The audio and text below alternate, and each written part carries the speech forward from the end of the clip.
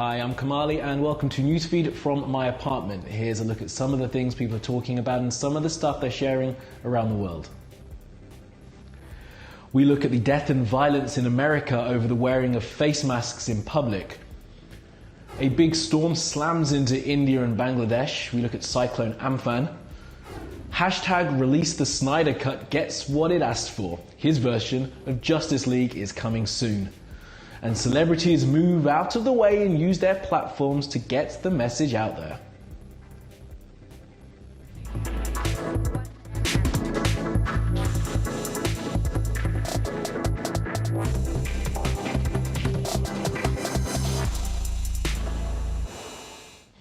Well, top of our newsfeed, masks. Americans are killing one another over being told to wear masks in public. It's a tragic but grimly predictable outcome in a nation that has massively mishandled this pandemic and where people carry guns and shoot one another regularly.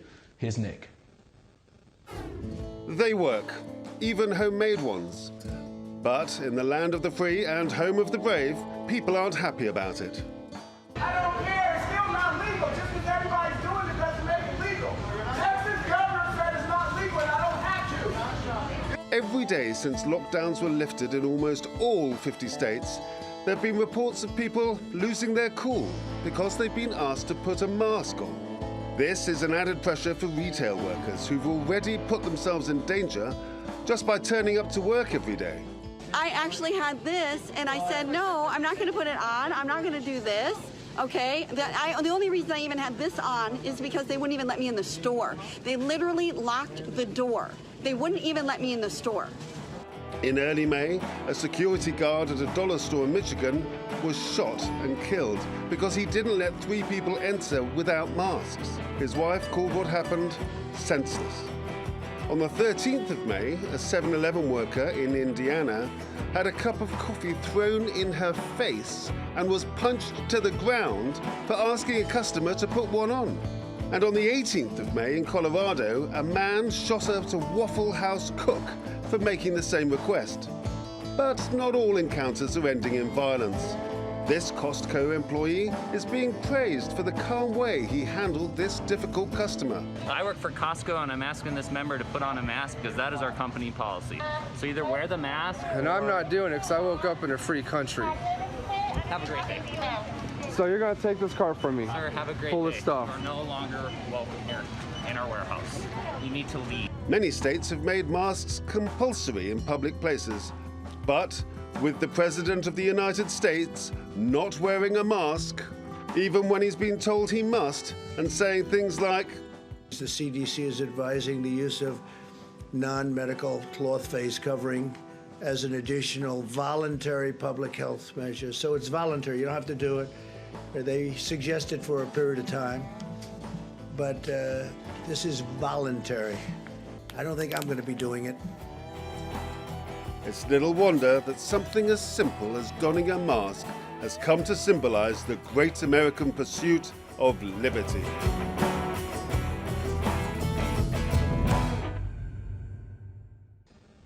Well, the first major storm of the season has struck India and Bangladesh, and while its impact is still being assessed, it's brought to light again the need to try and do something for all those millions and millions of people who live in low-lying areas and are at risk of flooding. Here's Faisal.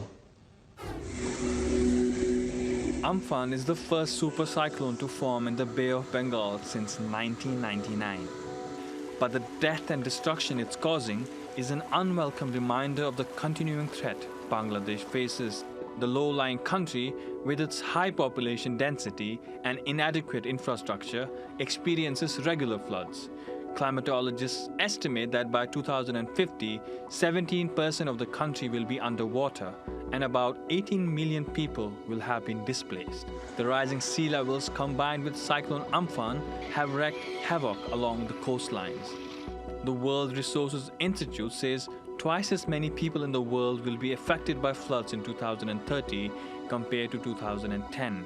And in a decade's time, people in India, Bangladesh and Indonesia will account for 44% of the world's population impacted by riverine floods. and more than half of the world will be affected by coastal floods. Amphan's destruction is a wake-up call for authorities, a reminder that most people in the region have nowhere else to go, and without urgent intervention, it will only get worse.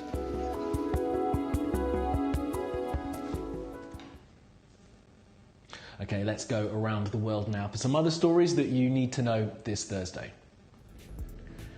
Well, 2 men have been arrested in the United States, charged with helping smuggle the former Nissan and Renault executive Carlos Ghosn out of Japan. Ghosn was being held in Japan on fraud charges. The 2 men, one who is a former US Army Green Beret, are accused of helping Ghosn leave Japan in a large box and return it to his native Lebanon. Michael and Peter Taylor face being extradited to Japan to face charges. Ghosn is still living in Lebanon, as the government there don't have an extradition treaty with Japan. Antarctica is turning green. Scientists have recorded large algae blooms on the continent. They say the algae is likely to provide food for animals down there, but the fact these blooms are growing is a very bad sign of our warming planet. The melting of the ice releases carbon, which exacerbates the problem of global heating. And this is Bob Behnken and Doug Hurley. They are set to make history on the 27th of May by being the first humans to be sent to the International Space Station aboard a commercial vehicle. The two will be strapped into a Dragon capsule made by Elon Musk's company SpaceX.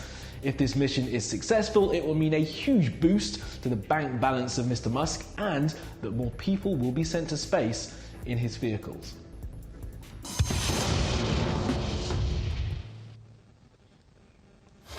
Well, now for a story that has got our editor Louis very excited all day, and it is an interesting moment for the film industry. A film that was released a couple of years ago, which was terrible, is being re-released to the director's specific requirements, and a hashtag to get that done has really worked. Take a look at this. A protracted 3-year campaign has finally paid off. HBO Max says it'll screen the so-called Snyder cut of the Justice League next year. To reassure fans, the director himself has confirmed the news. Zack Snyder has told The Hollywood Reporter it will be a fresh take on the film. It will be an entirely new thing, and especially talking to those who have seen the released movie, a new experience apart from that movie. He's never watched the critically panned 2017 release. Yeah, I like Jane. Avengers director Joss Whedon took over production, reshooting and editing when Snyder had to pull out due to a family emergency. When Justice League was released in 2017, fans hated it. Just 40% of reviews on the Rotten Tomatoes website gave it a positive rating. The hashtag released the Snyder cut sprung up almost immediately, and fans even bought billboards asking Warner Brothers to release Snyder's version of the film. For years it was rumored the Snyder cut existed, and stars even seemed to confirm it. Now, Snyder is restarting post-production and may even bring back some of the actors to record additional language. The HBO Max streaming service will launch next week. It's good to see you playing well with others again. Just like a bat. I dig it. Maybe temporary. And what a way to make an entrance, with Batman, Superman, Wonder Woman, Aquaman, The Flash, and Cyborg at your side.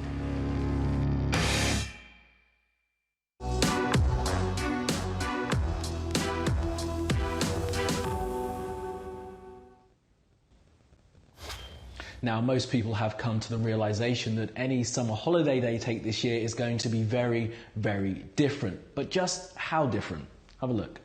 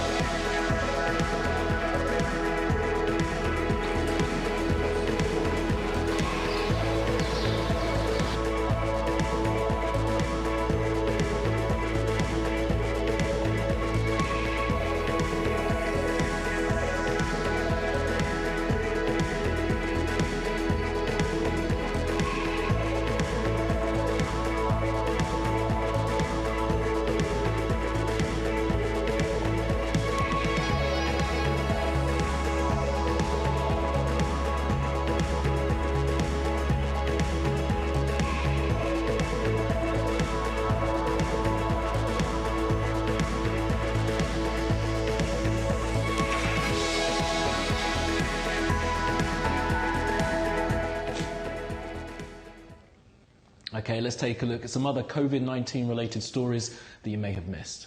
Just 2 weeks. That is the difference between tens of thousands dying or not dying. Research from Columbia University in the United States found that if American authorities had brought in lockdown measures just 2 weeks before they did, 83% of deaths could have been avoided. They say that's at least 54,000 lives. The research goes to show that countries which did bring in solid lockdown measures early, like Turkey, Germany, South Korea and Taiwan, have had much better outcomes with the disease than companies and countries that prevaricated, like the US, UK and Brazil. Now, some countries are having to reimpose lockdown measures, having seen a spike in cases after they were lifted. Saudi Arabia, Kuwait and Qatar are all bringing in curfews in an attempt to get the disease back under control. Some measures there were relaxed for Ramadan, and that led to an increase in the number of people getting COVID-19. Now, celebrities have a habit of making everything about themselves, and at the beginning of this pandemic, they were true to form, but now they have launched a new service which they say will put the message before the messenger. Bye-bye, Instagram. Farewell, Facebook. Sayonara, Twitter. See you later, followers. The last person you need to hear from right now is me. Some celebrities are sharing the spotlight to help fight the COVID-19 pandemic. Julia Roberts, Hugh Jackman and Millie Bobby Brown are among the stars handing over their social media accounts. People who actually know what they're talking about. It's part of the hashtag Pass the Mic initiative, which allows experts to use the stars' vast reach to get important information to as many people as possible. So now talk to me about people in developing countries. So this gets to a fundamental problem that we have to deal with, and that is the extraordinary health disparities in the developing world. Right now, if you take Southern Africa, Sub-Saharan Africa, parts of Asia, South America, and even parts of the Caribbean, as areas that don't have the healthcare system to be able to respond the way one can respond in New York or LA or New Orleans or Chicago. We have really a moral responsibility for people throughout the world. Stars have drawn criticism during the lockdowns for making it all about themselves. Easy if you try. No hell below us. Above us only sky. But it looks like this new campaign will do exactly the opposite. And last things last, here is some video of some ducks crossing the street. Yeah, this was filmed in Moscow and somehow, as you can see, ended up involving a car belonging to the Russian National Guard. A family of ruddy shell ducks headed somewhere, probably a pond, being harassed by a human and their mobile phone. And that is it. Do stay home and stay safe if you can, and get in touch. You'll find me on Twitter at Kamali Melbourne. And if you're watching on YouTube, please be sure to subscribe. Thanks for watching. See you again tomorrow.